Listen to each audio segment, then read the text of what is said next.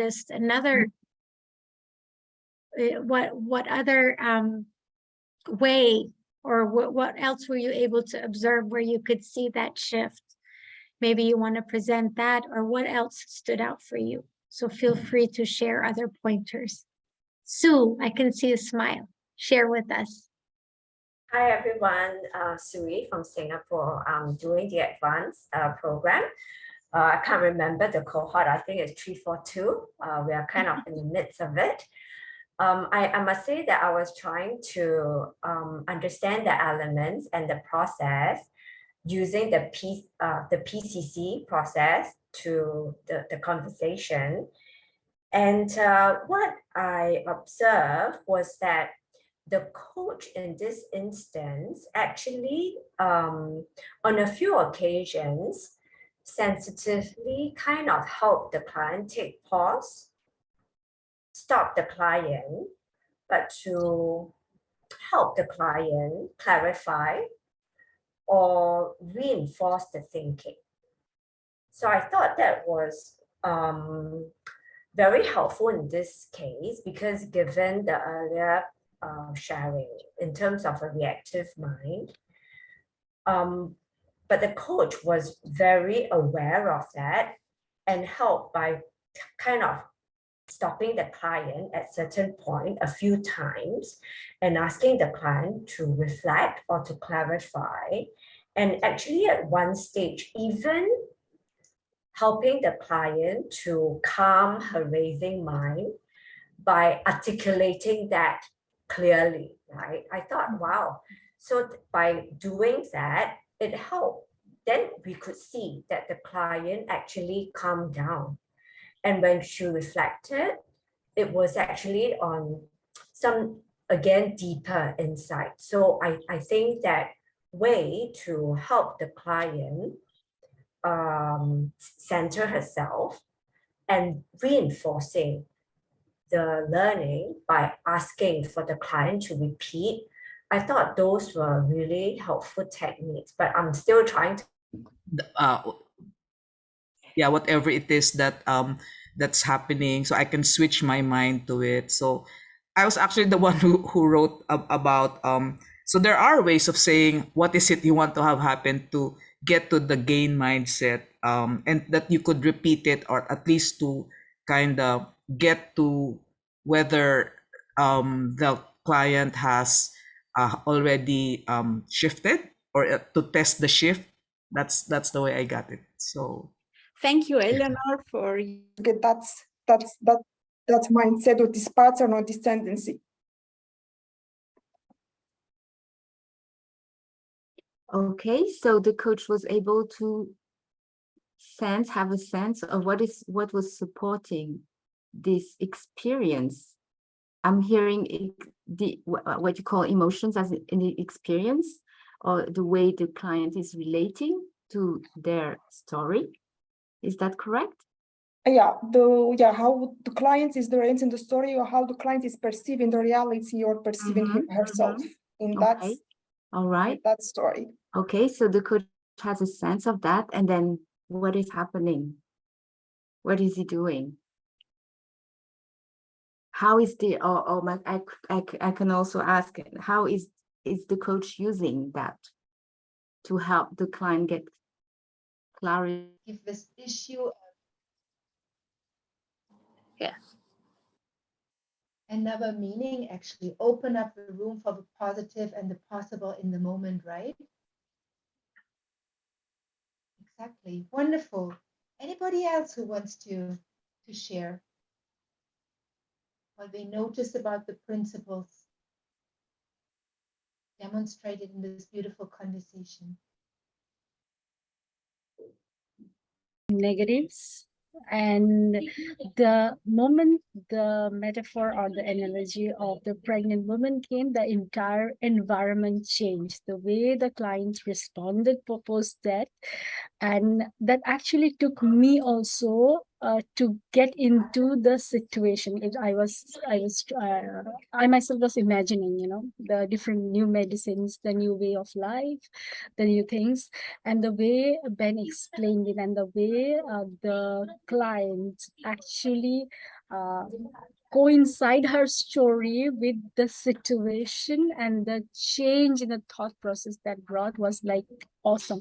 For me, it was a kind of fresh air, in between when I was trying to write down whatever the client was saying, but the moment the metaphor and energy came, it was the Oops, I have a huge question mark, but it's too late in the day to answer it. Okay, so shall we let the others, you want to hold on to that? All right, great. Of course. So let's hear from the others as well. So we have Kalai from Malaysia. Hi, Azadi. Hi. I'm not feeling very well today, so I was just listening, trying to put together, obviously, the checkpoints. I'm still working those out, so I'm in the same place as Janet. I think I have a lot of questions. But the one thing that really stood out to me was when the client said, "That's an interesting question." I think she said it about two times, and that, to me, signaled a shift. And every time I see that, I find that it's amazing when that point comes. So I'm always at the amazed point, so I still have to work out how it gets to that point. And so those checking ins very frequent in this conversation really supported the client to pause, as she herself highlighted in her feedback, made her stop and think and look at the content and decide, well, first, try to understand and decide what to do with it. Metaphor, yeah. Who else would like to share something, Claire? You wanted to, yeah. I want to share with the Eleanors about the from my observation, that when we have client move from the lost frame to the gain frame, besides the question that we normally use, that what would you like to have happen, we have another one, that the rule that the first rule of the ACC conversation, it's positive and possible. That's why Ben already framed it in a positive way, that the coach here said that it's like an exciting news and thing like that in a different perspective. So that point help the client shift their shift her status or her mood from the whole conversation going. Thank you, Caroline, for bringing that forth. So as we move from core level to advanced level and then to mastery level, we start looking not only at the skill itself on what it is that we need to learn or do, but we also start examining ourselves and our being as a coach, how it is that we regulate. Yes. So the essence of what you're saying is building that trust and safety in the beginning will help to really shift the client into more a space where the client can explore powerfully, right? Excellent. Thank you. Not just Anyone in the else? beginning, but throughout the conversation. I mean, throughout the conversation, every time she went into a negative frame, the coach has taken her back into the positive frame by focusing on the who. Wow. Fantastic observation. And then you know that how the client responded to such changes that the coach was consciously doing, right? Excellent. Anyone else? Elena, how about you? Would you like to share your thoughts as well? Eileen? Yeah. Waya, how about you, Waya? I just wanted to say that Ben also pointed out, is it a lack or an opportunity? Oh, welcome back to the main room. Should we have a music to start the time together? And here we go.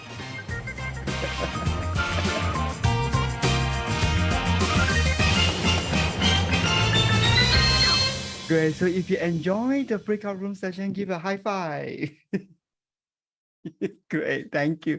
So we're going to come, we are in a main room right now to have a dialogue session. That's where we get to discuss what your observation is and then unpack that a little bit so that you get a much, so that you have a deeper appreciation of the combination of experience and science. Right. Now, remember back in the core training, we hear Janet, and by the way, Janet and Amron, they are my mentor. You know, they leave a very strong footprint, inspiring me to look at what professional coaching is. It's great to know such, wow, veterans and have that close interactions. Again, sometimes lessons are learned by just is caught rather than taught. Okay, and what Janet has really shaped me is to see coaching beyond just a form or a methodology, but more of a philosophy of life. And then depending on science and translate that into methodology or techniques to make it more transferable or duplicable, being duplicatable, to being able to duplicate. Speaking too much today, so my tongue is kind of like twisted. Now I'm preparing myself for Chinese, so now I'm trying to do, while I'm speaking, I'm thinking, translating it in Chinese. So that's why my tongue is not well behaved. 我要同时用英文跟中文讲培训, so I want to be able to do simultaneously translate myself in both, speaking in Chinese and switch to Chinese, speak in English and translate to Chinese. So I'm training myself for this role, so it's a little bit twisted.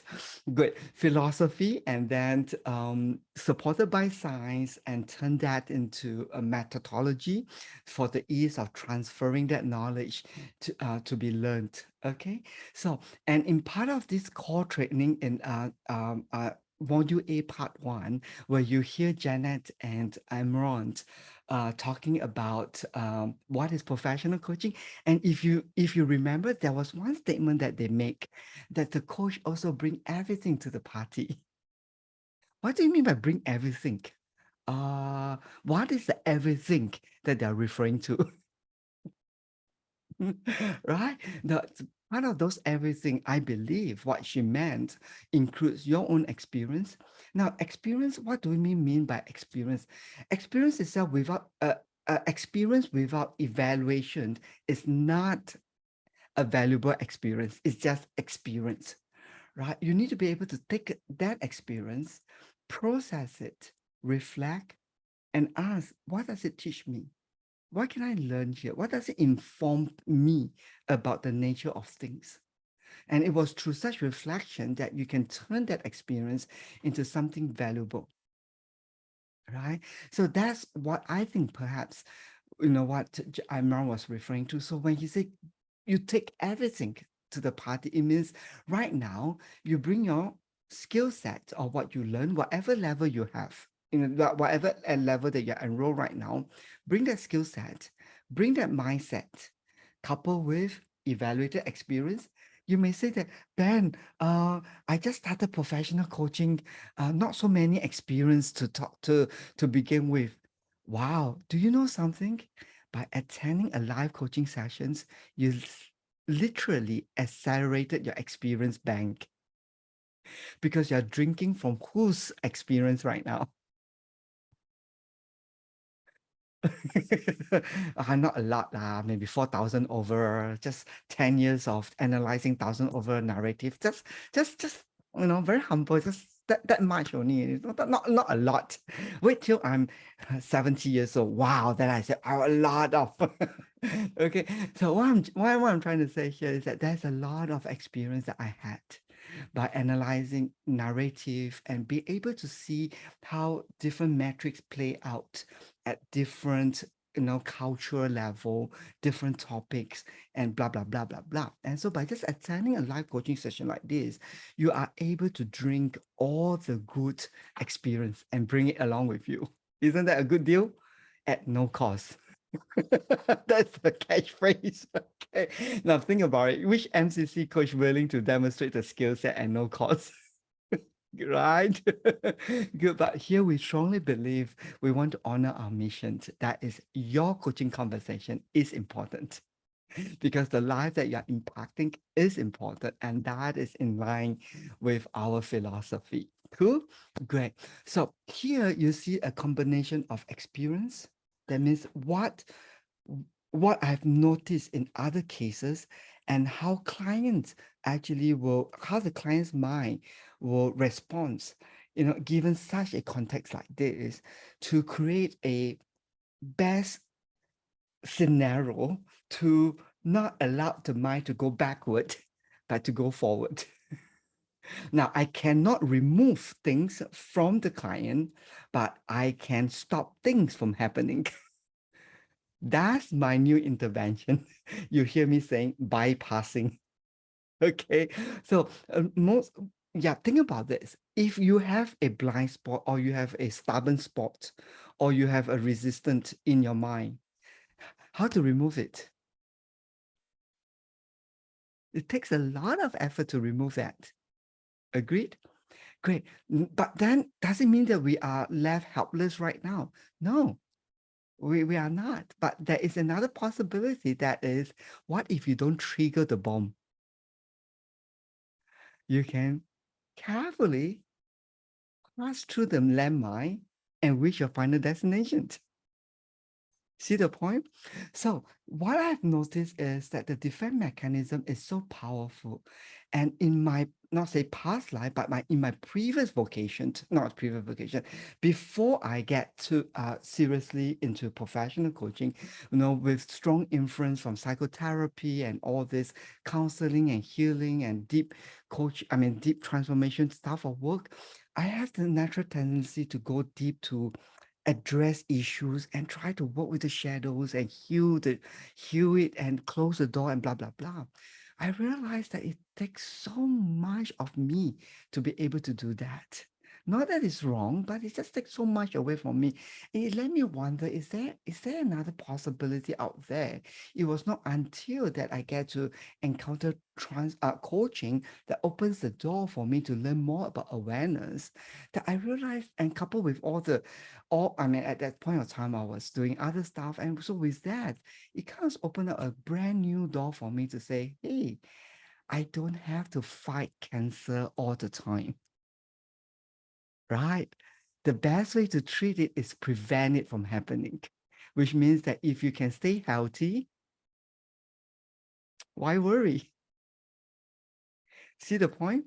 Because growth is a natural phenomena of health.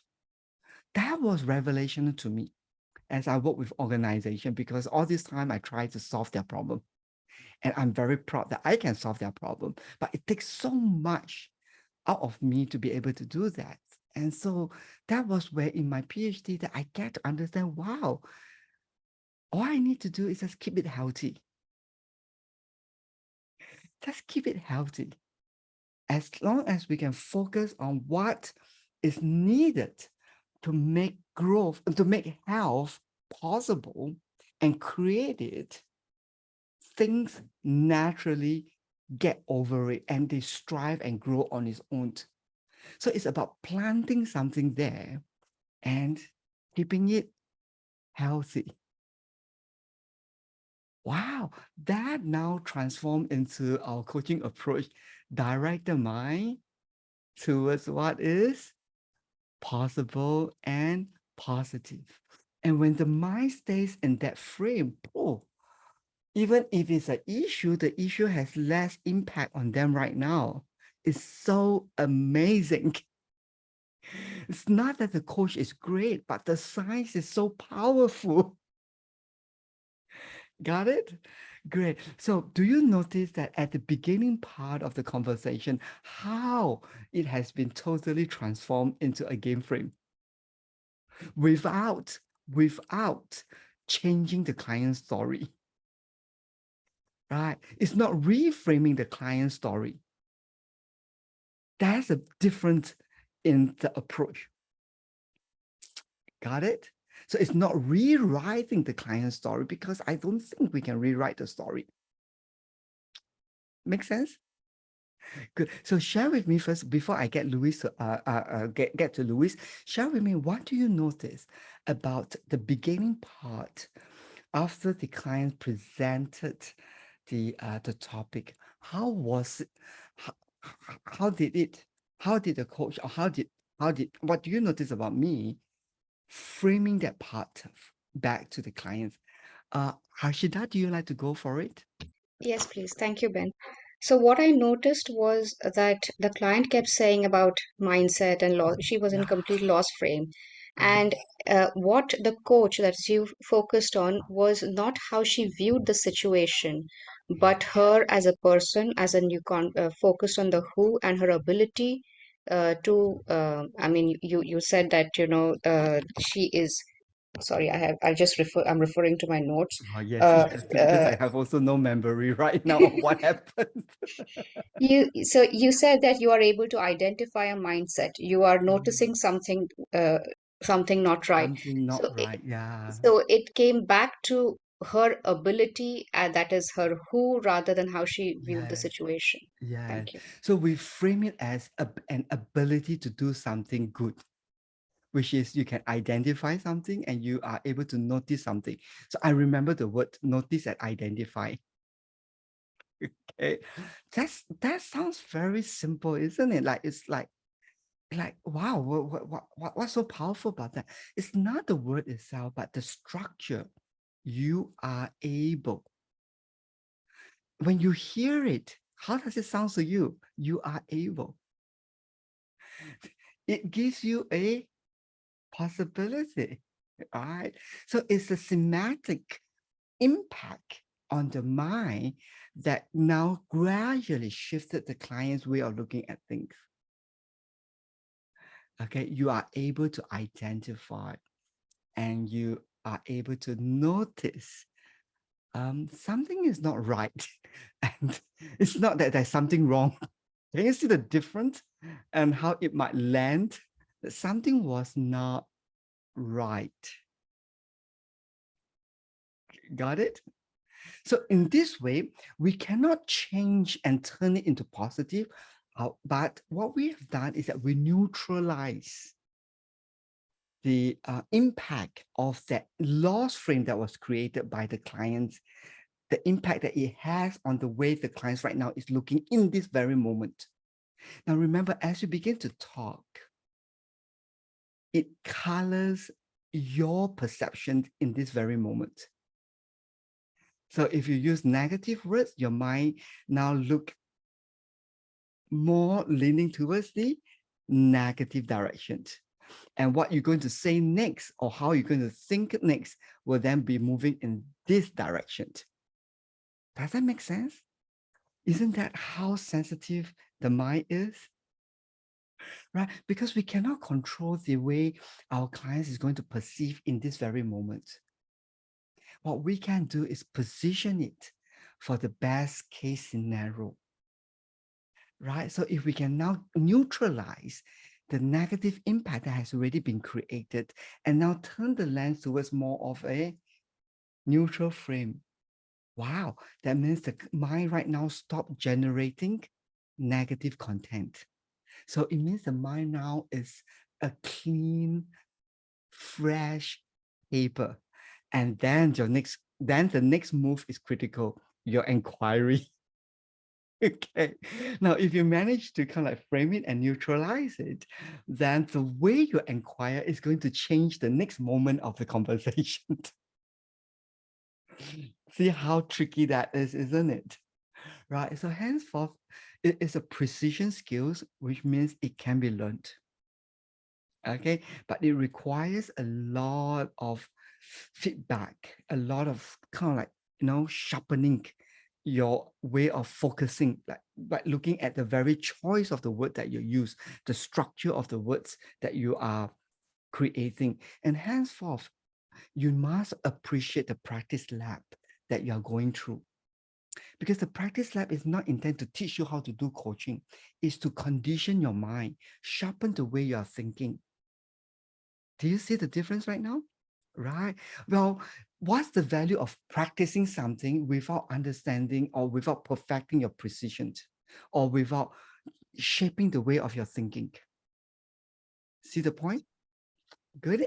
Great. Well done. So that's the beginning part of how the principle of directing the mind towards what is possible and positive has been set up. Got it? So you need to also give yourself permission to understand that this principle will certainly take time for you to gradually master it. So that's why we begin with something that is workable first. Okay, what would you like to have happened?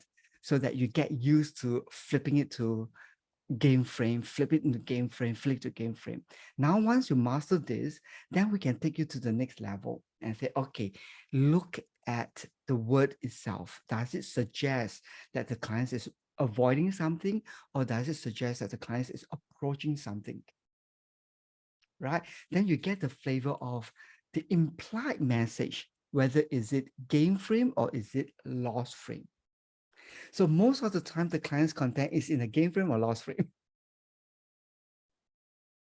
Lost frame. Yeah. Right. Oh, I thought we just put the clients back on game frame. Yes, you cannot control the fish. Can you go fishing? Yes, you bought a new rope, a rock. Yes, you got some good device. Yes, you got all those stuff. Analogically, yes, I attend the core training. Yes, I attend the second level training. Yes, I learned the science. Yes, I can memorize the syntax. Yes, you got all this, but don't forget, the fish can choose. Some fish are so smart that they eat the bait but don't get hooked. Or some fish just doesn't even bother to eat at all. See the point? Right. So we set up it in a game frame, but then the client's mind choose to move off to the loss frame. What can we do? Nothing. That's the bad news, right? There's nothing much you can do to ask the client's mind, stop thinking in loss frame, Ken. You are a coach trained. Why train you think in game frame? Can you do that? No, you can't. You can't control the mind. However, you can create the space. Okay, hold the space there for the client. And that's something that we have to learn through many, many, many practices like this. Got it? Great. So let me get back to Louis first. I see that Louis' hands has raised. Louis, would you like to make a comment or input? Yeah, first of all, thank you for all your insight about the first principle of, CMA.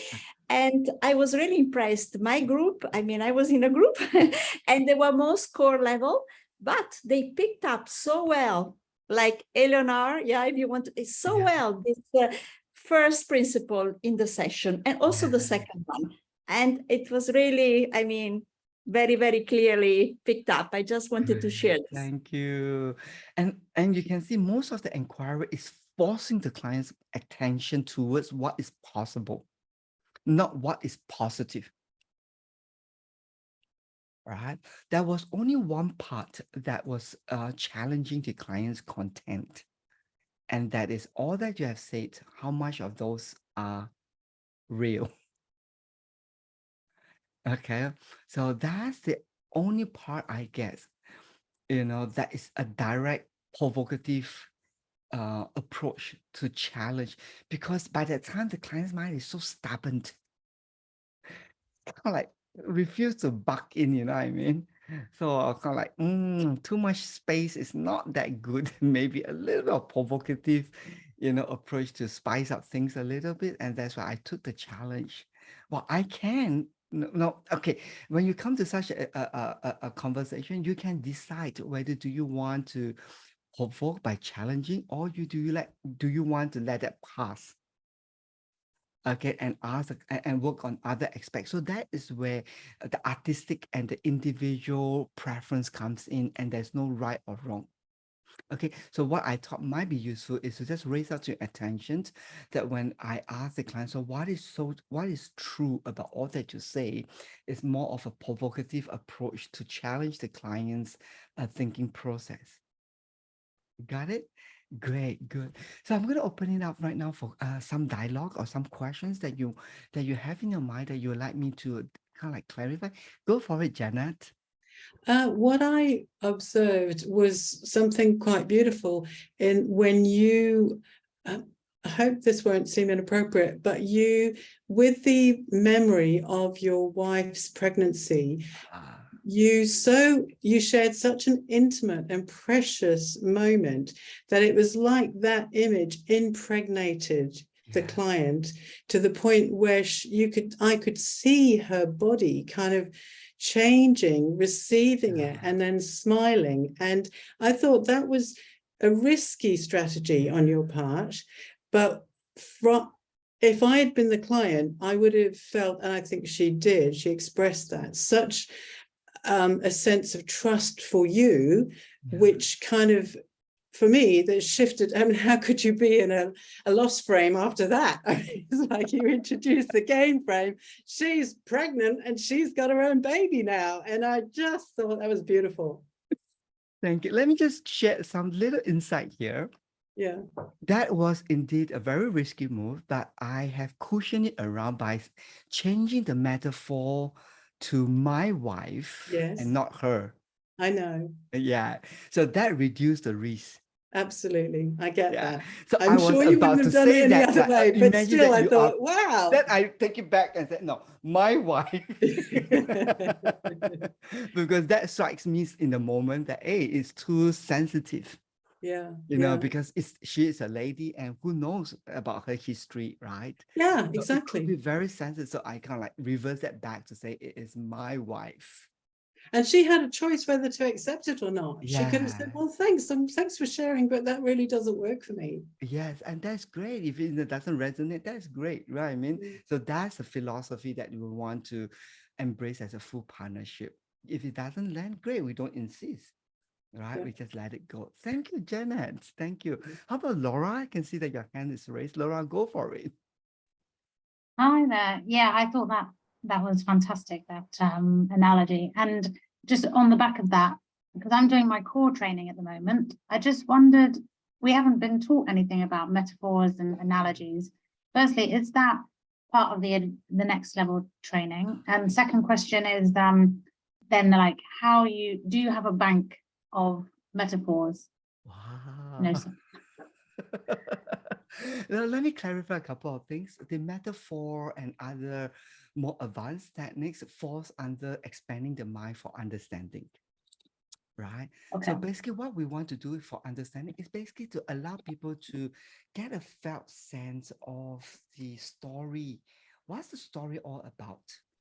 Right, so this is just too abstract for students at the beginning stage to fully embrace it, because students come from all different backgrounds, and we do not want to presume that they all have an appetite for psychology, right? Or they're artistics, or they have been involved in all this kind of like work before, right? So that's why we have to begin at a level where everybody can understand and build that foundation. So it's all in that space of expanding the mind for understanding, which is, what do you mean by that?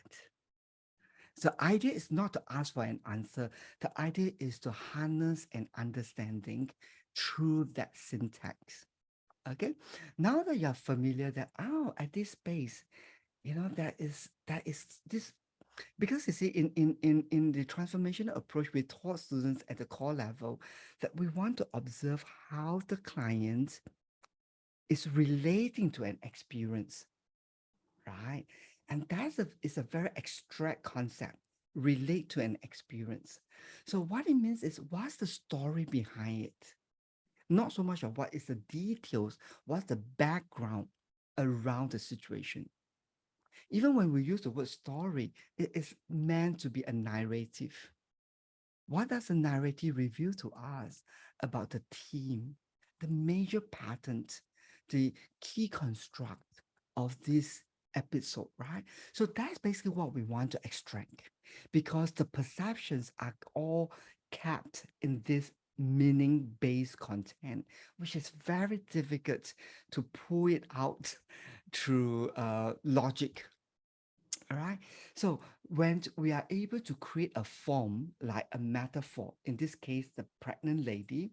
So now the clients extract meaning, which is so difficult to express in logical words or expressions that is like narrating what has happened. Now that has a form of a picture to allow the clients to talk around it. Okay, so it comes under that expanding the mind for understanding, extracting the meaning from the client. Now, do we have a bank of metaphor? Yay, today you got one added to your bank account. Pregnant lady. Now you can ask some of our old timer here. You will hear that every time when I offer a metaphor, it's never a repeated metaphor. Okay. And it's used in a very different context. So the best way to do that is go shopping. Okay. That means go and hunt around, and it would be more valuable for you to kind of extract it when it's being used rather than, okay, what other features do I have that I can use? Now, it doesn't come useful in that way. But when you hear a conversation like this, oh, new transition. I can use pregnant lady, inconvenient, something exciting. Great. Let me remember that pregnant lady for transition. Now, I have a lot of other ways of using metaphors for transition. So just join me for shopping. That's the best way to catch it. Right. Now, if not, what you can do is very simple. There is a technique called the I'm not sure what was the name of it, but you can collect very nice postcards with, let's say, like maybe with pictures, but the pictures has to be specially selected. Like for example, a bird that is flying out of a cage, or a broken mirror, or a rainbow, something similar to this concept here. You can get those ready. And in the event, if you are stuck or you kind of find it very difficult to get the clients to talk a little bit more, you can quickly bring up this card and say, hey, I'm going to show you this range of cards. And I want you to pick the one that immediately stood out for you without giving it a second thought. Okay, so you just lay it down and then you ask the clients to pick. And whatever the clients pick, you can use that card and say, hey, this is a special card. It's not that you have picked the card, but the card has called you. So as you look at this card right now, share with me, how is that making sense for you? And then you can go through the little symbols or little picture, all the little details in the picture. Like for example, a bird with the wings flying out of the cage. You can say, when you look at the cage, what does that remind you of? As you are flying out, where do you think the bird is looking at? What do you think the bird is thinking at this moment? You see, so this will be another good way for you to play with your client. Right now, you can ask Nog. Nog is very good. She has created a workshop on the artist, the art form, right? So you can. Nog, do you want to add some thoughts to this? The other ways of helping clients expand their mind through art. Yes, so cards are good ones, provided you have a set of cards, or you can also relate to music.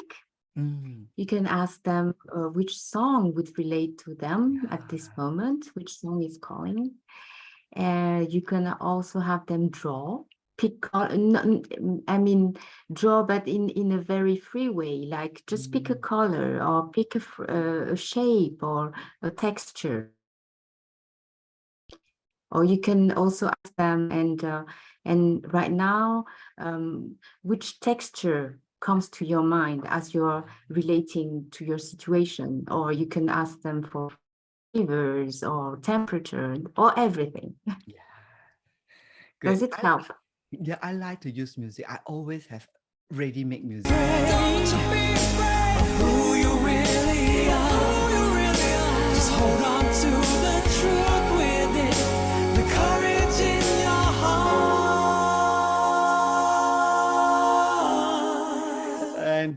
say, how does this song speak to you at this moment? What is resonating within you?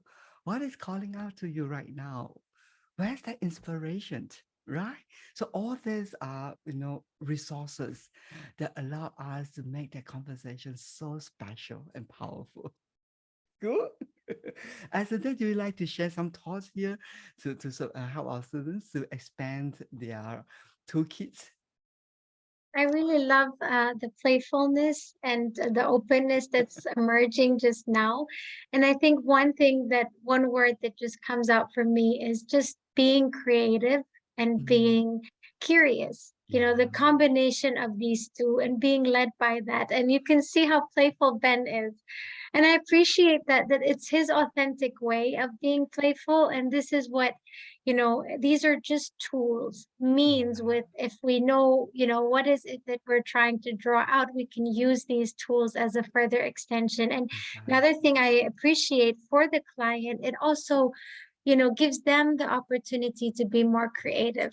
So one thing we can see is how the client shifted to the positive and the possible. And the image just allows the client and the mind to be more open, more creative for possibilities. So for me, 2 words, creativity and curiosity.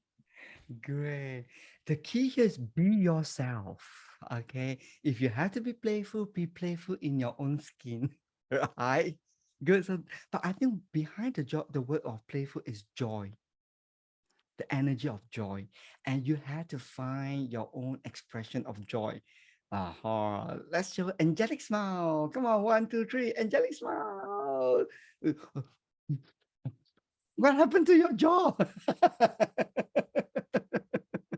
Right. So joy, joy, hopeful, cheerful. These are energy, right? And what we want is for you as a coach to be able to tap into that energy first.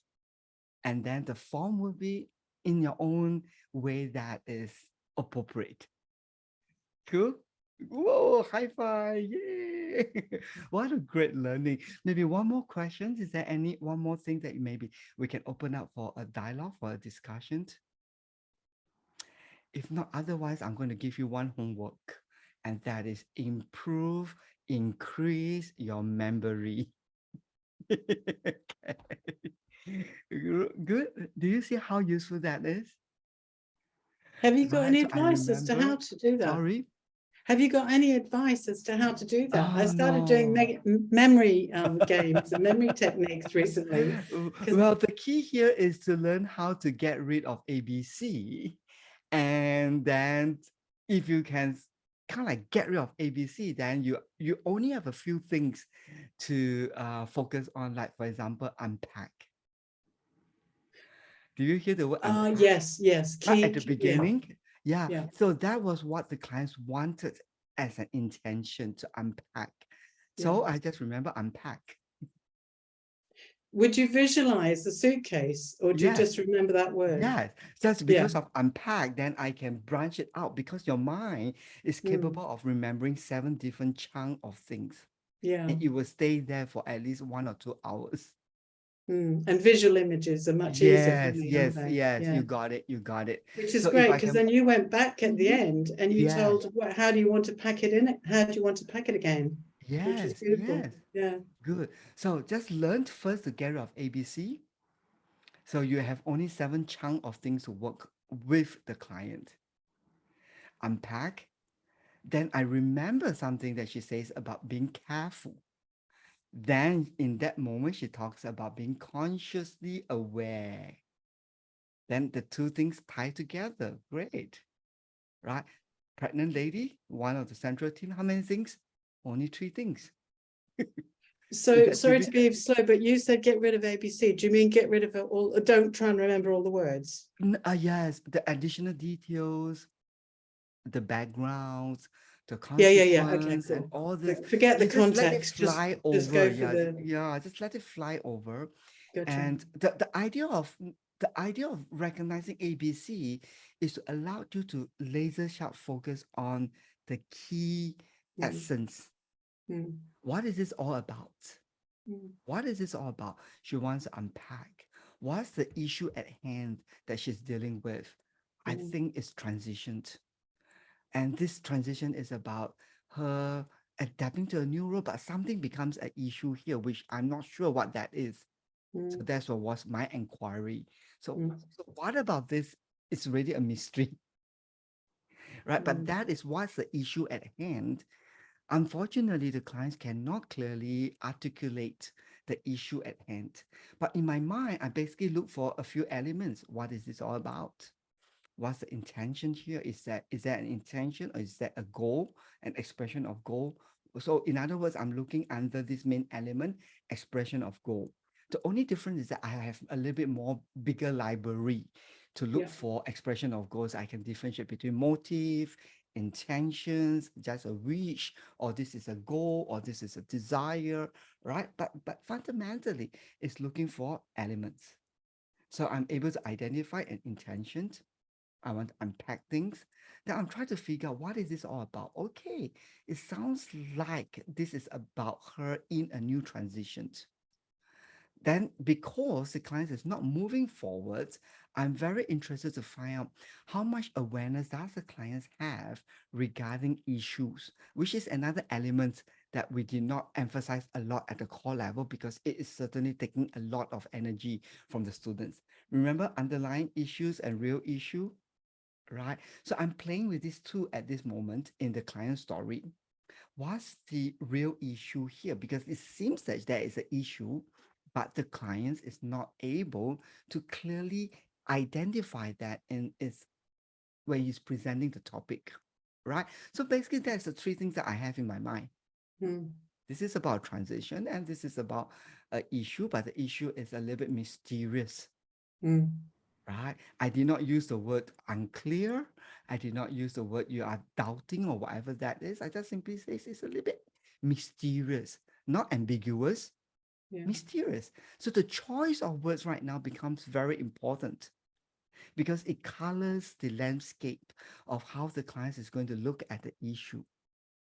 So if you say that the issue is very ambiguous and I'm not sure what exactly are you addressing, then you're turning the conversation towards the addressing what is it that I need to address. Then the client's mind is already very tight. And then you induce address, let us address it. Then you will not get so much space as compared to, sounds very mysterious here, which kind of stimulates a curiosity in the client herself. So in other words, I got a bigger game to play right now. Right? So I'm setting myself up for a possible success. So I'm just working with only 3 issues. Then I need to get rid of transition because the word transition is going to hold the clients backwards. Every time she think about this new role, then she will think about the issue, right? So to help the mind to forget, the best way is to replace that. So I replace that conveniently with a metaphor and I can kill 2 birds at the same time. So can you see it's a game of chess? Yeah.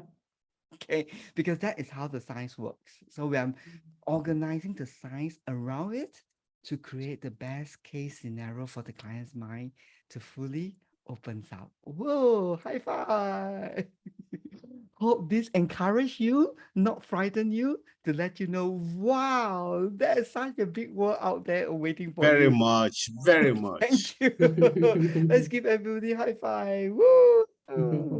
Are we happy with tonight's session? Yeah. Great. So join me tomorrow at 8 a.m. Singapore time. Yeah. There's another workplace contact, and it's a different client altogether. And it is very, very interesting to watch. Same topic, different client, and different way of thinking and how we manage it. Good. So bottom line, there is no right way of coaching, but there's a lot of science for us to appreciate and experiment and talk about it.